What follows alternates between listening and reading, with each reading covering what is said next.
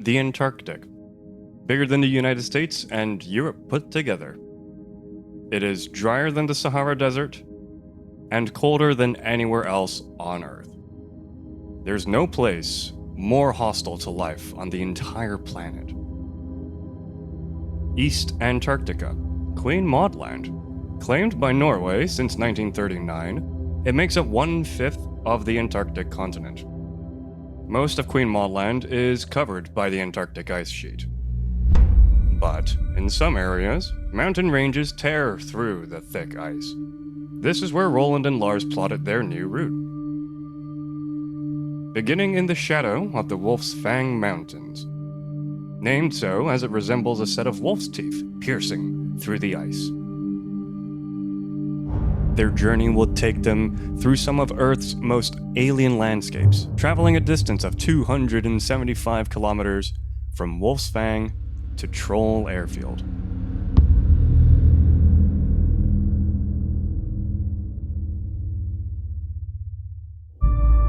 The route promises overwhelmingly inhospitable conditions.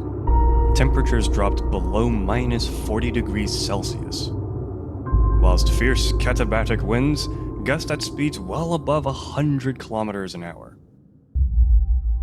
Merely existing here is considered a triumph. But this is not where our story begins.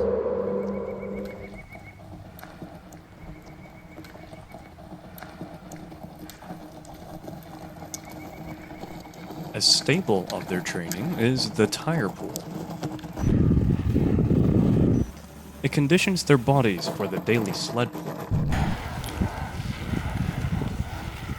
It is often said that success leaves clues, and so, to supplement their own experience, Roland and Lars turn to a historic source for inspiration.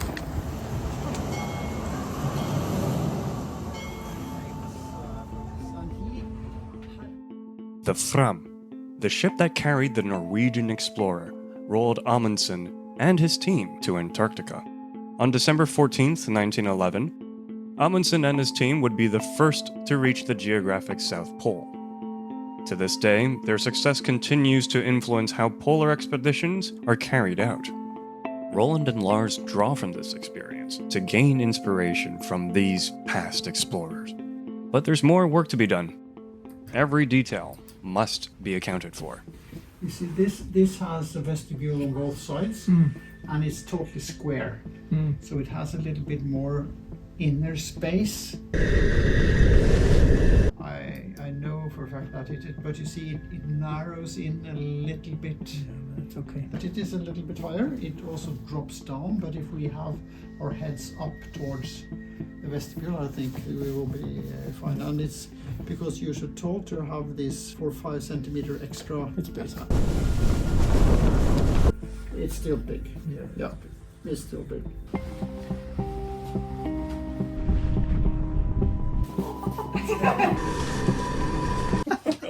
Did you see that?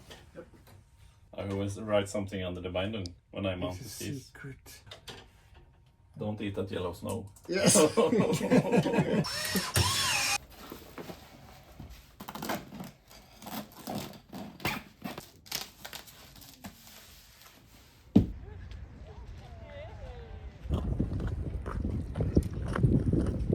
Snow Farm, a cross-country ski training facility.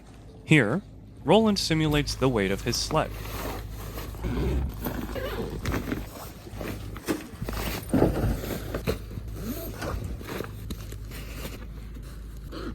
Okay, done. A chance for Roland to break in the brand new expedition skis. So today is the first day with a sled with weight. Whether it's miserable, it's also good. Good training. Could be a little bit of a training day. Let's see how it goes.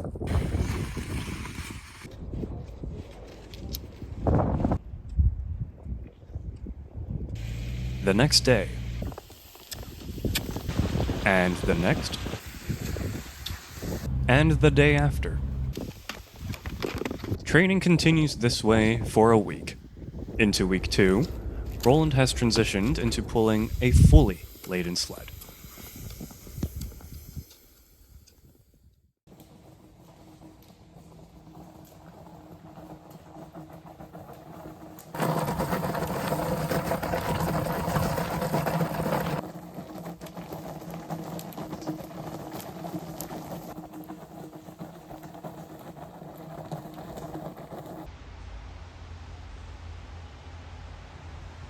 So 2 identical vortex out the shell, and what I'm going to do is I'm going to cut one about 25 centimeters on the bottom and add those 25 centimeters to the second one, so it becomes a parka, because then it keeps the upper legs warm. Now the tricky bit is that the back of this parka is longer than the front. The cut needs to be really straight to ensure that we can actually sew it on properly. So that's the plan. Though manufacturing one's own equipment and making adjustments to everything might seem tedious, every item has to function perfectly.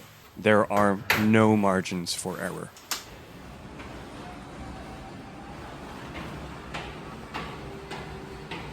Every opportunity is taken to train and prepare.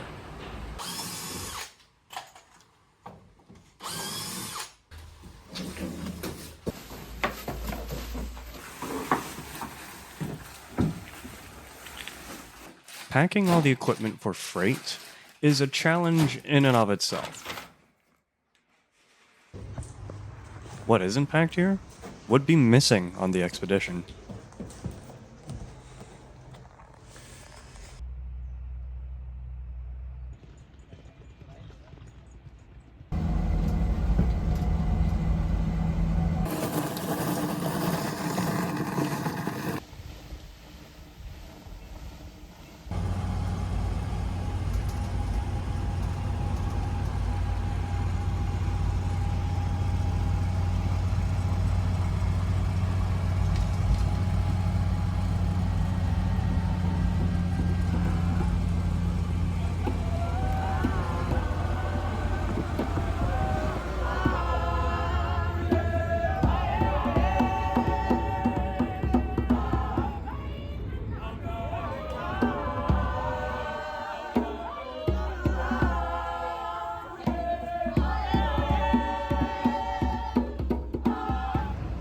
Every November, at the start of Antarctica's summer season, polar scientists and explorers fly to East Antarctica from Cape Town. All of their equipment needs to be checked and repacked before flying out. While flying is the most accessible method of travel, it is also the most likely to get cancelled. Despite months or even years of preparation, many journeys end prematurely due simply to weather. What is this navigation? Flight engineer, 3-person here, Yeah. captain, co-pilot, flight engineer, and one of navigator downstairs. It's built in Ulyanovsk, based on Ulyanovsk, engines in Ulyanovsk. All of this is from Ulyanovsk. And we are from Ulyanovsk too. You are from there too? Yes, yes. 3 kilo of this. While skiing, a polar explorer can burn upwards of 8,000 calories a day. And so, a menu is developed to deliver them 5,000 calories each day. It includes everything from chocolate, nuts, dried fruits, oatmeal, chips, peanut butter, cured meats, protein powder, and instant meals, pre-mixed and freeze-dried. Their diet provides all 3 essential nutrients crucial for survival. As they can only eat what they can carry, food for each day is carefully rationed and packed separately. Breakfast 200, lunch 500, Well, that's Dinner. this and, 300. Yeah. Kilo. Good food keeps the body working and morale high. A lesson from previous polar expeditions that Roland incorporates quite passionately. So, I tell you what I did. 3 packs is 2 dinners. So I open one, put it in the back, open the second one, half. Then you can either use some rice or some noodle. It's just one block. Oh, You put it in a cup with hot water. It's very beautiful.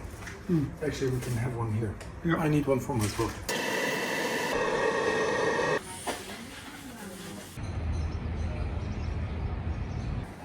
Oh, very nice. Everything is checked again, down to the last detail.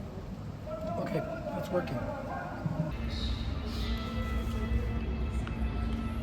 Is this one bigger than this one? Yes, it's higher.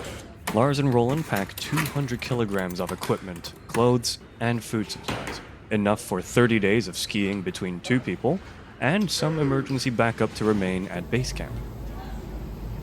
The last dinner before takeoff. They make sure it's hearty and plenty. It will be a while before their next breakfast sandwich.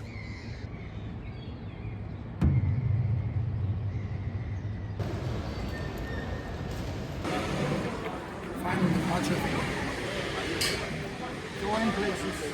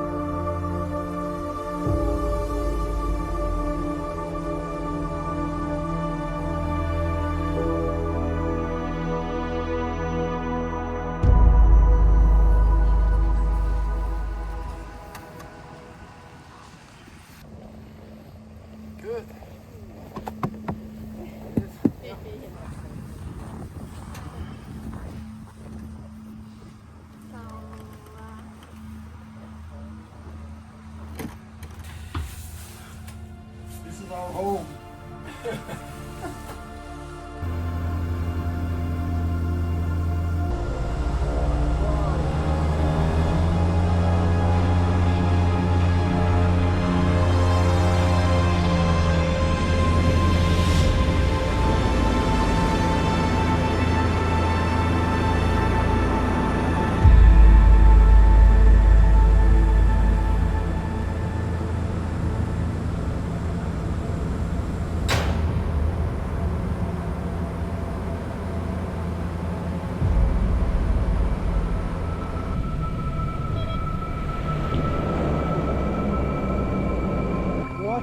What to run?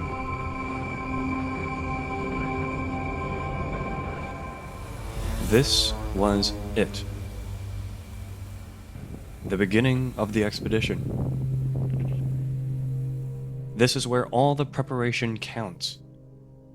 All the trials and tribulations, all the training, all the effort, committing themselves to obsession over every element of their journey, every little detail. Equipment, clothing, food. Even going so far as to engage with the wisdom of historic explorers. Now it must all fall into place. So, why all the effort? From where does one conjure this indomitable energy and positive spirit to achieve the seemingly unachievable? It comes from a simple formula. Failing to prepare means preparing for failure. There is simply no other choice. Good luck only exists through meticulous preparation, or as Roald Amundsen would put it, victory awaits him who has everything in order.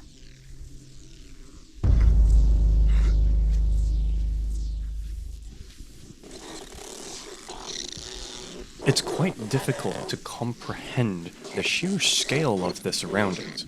Take Ulvatan, the highest mountain at Wolfsfang.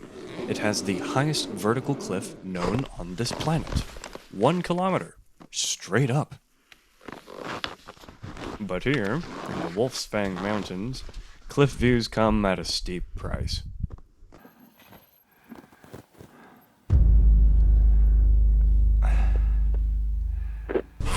Their first camp. Here, the air temperature has plummeted to minus 40 degrees Celsius. It was a brutal start, but their experience kicked in. They had the stove going quickly, and after a hot meal, managed to also get some decent sleep.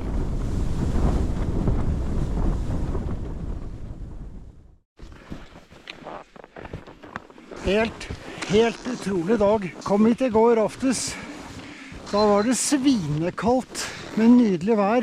Natten har vært brutal, men så våknet de opp. I stedet for å våkne opp til dårlig sikt og whiteout, så det faktisk delvis sol, kaldt og aldeles nydelig.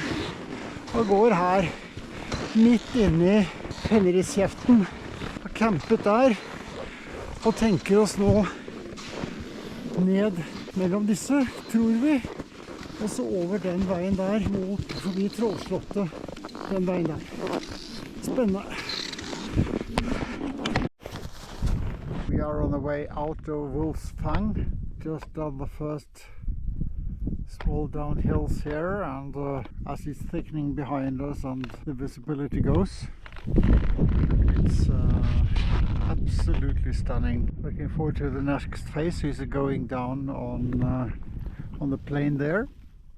Out to the right we have a huge ice wall in front. It's built by the wind, so we will be in between there, and then we will head towards the other side for a while till we go straight past Trollslottet. Sestrugi, irregular snow dunes formed by the wind. Fields of these stretch on for days.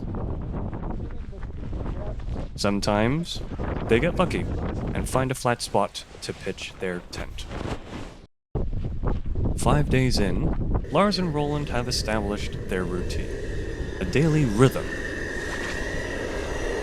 Here we have Mr. Roland doing his ape trick. Yep. Eating Peanut butter. It's frozen. Is more a dessert kind of peanut ice cream. Looks like it. With the mountains in sight and good weather on their side, orientation becomes much easier. Using the valley as their guide, they beeline their way towards the edge of the mountains before swinging north for flatter ice. Only leaving behind the tracks of their skis, a mark on the landscape that would disappear in days.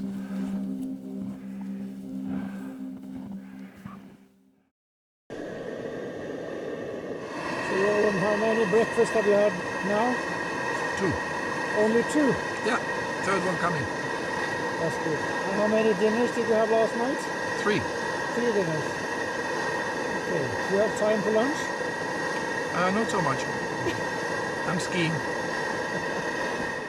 And that's how the days go. He eats lunches, no.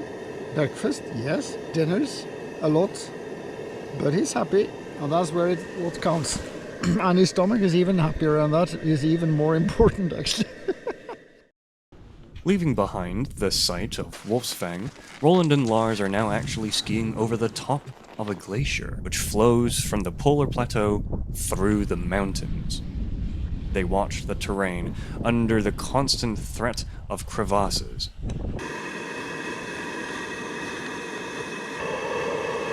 I'm hungry.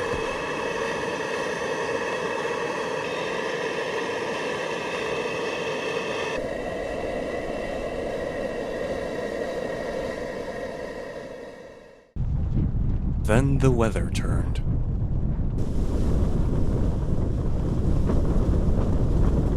Wind speeds reaching more than 100 kilometers an hour.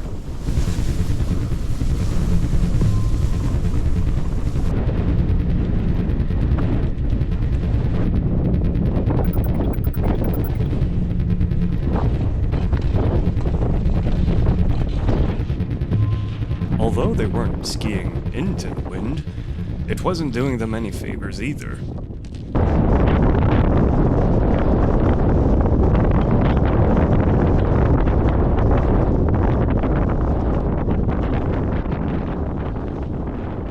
But as they had found in the Wolfsfang mountain range, tough weather comes with great views.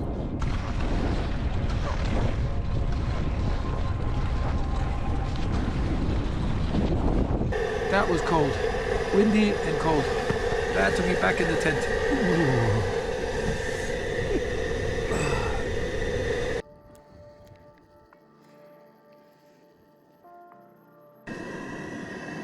Yeah, it's okay. So what's for lunch? This is chocolate.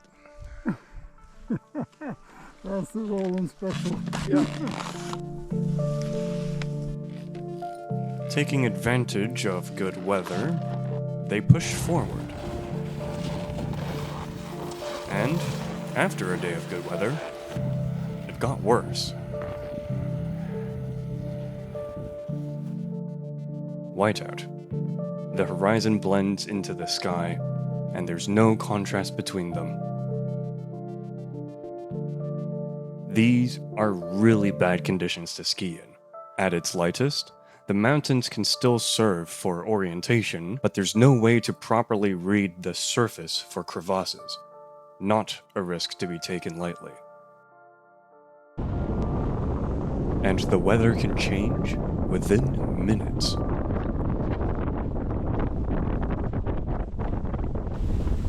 What did you say? You can see the mountains in the back a little bit, but it's so windy. Our sleds are almost blown over completely. Can't see them anymore. Oh. Hello, it's cold and windy. Very windy. You have a lot of snow on you. Oh, sorry. Even though the weather has them staying put, there's plenty to do. Yep.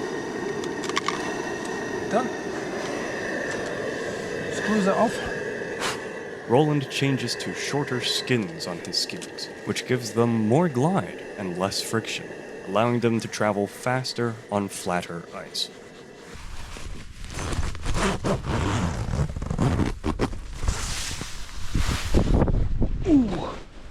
After the storm, it would seem that they had fully acclimated to polar weather. What do you think? It's hot. It's hilly. It's hot and hilly. It was minus 15 degrees Celsius. Very hot. Very hilly. But just as everything started to feel right, the real challenge had just started.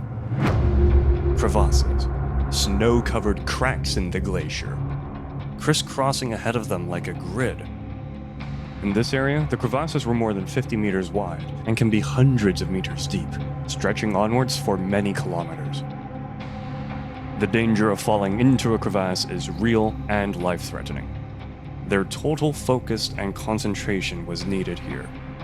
Lars had actually broken through one with a ski. This was a serious wake-up call. The two explorers turned south, carefully navigating through the massive crevasse field.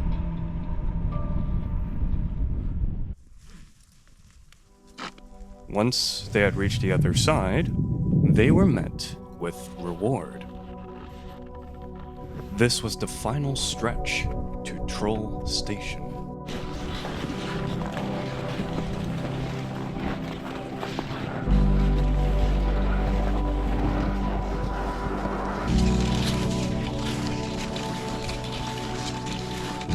Despite their near miss in the crevasse field, at the end of their eventful day, the finish line lay ahead of them.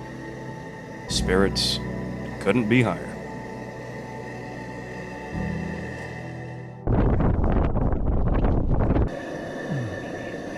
Mailbox. Just leave a message and then we call him in half an hour before we... Hi, this is Roland and Lars calling in. Today is a good day, so we will break camp and continue to go to Troll Airway. So hopefully by tonight we will reach Troll. We will call you in between and discuss when a good pickup will be tonight or tomorrow morning. Speak to then. Yo, bye-bye. The last day. It seemed only fitting to let fly the colors. Proudly carrying flag number 61. It has borne witness to several polar expeditions, both north and south. It has been taken to the bottom of the ocean, the peaks of mountains, and even into the void of space. Now, it would bear witness to the completion of the Krueger-Ebbesen route. 275 kilometers, tracing a warm line through Queen Maud Land, from Wolf's Fang to Troll Station, skied for the very first time.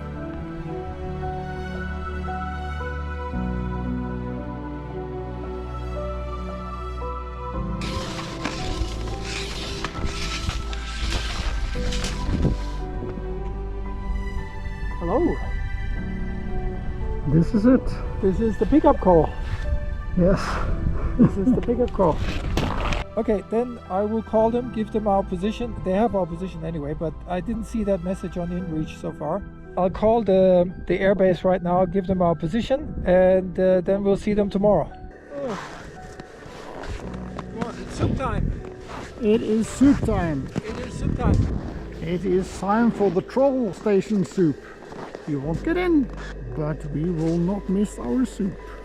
By the way, Troll is behind that dark mountain there, and over there you see the containers. That's where the airstrip is, and we are here. You're not welcome into the good party of Norwegian Polar Institute, but we have a great view over all of it and hope to be picked up sometime.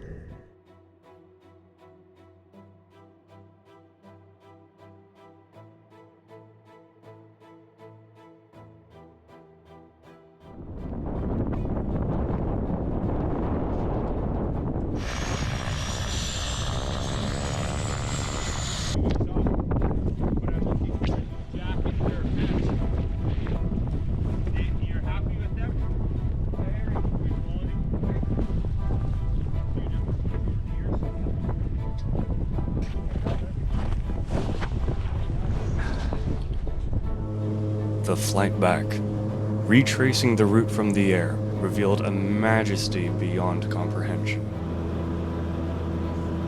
Simply stunning.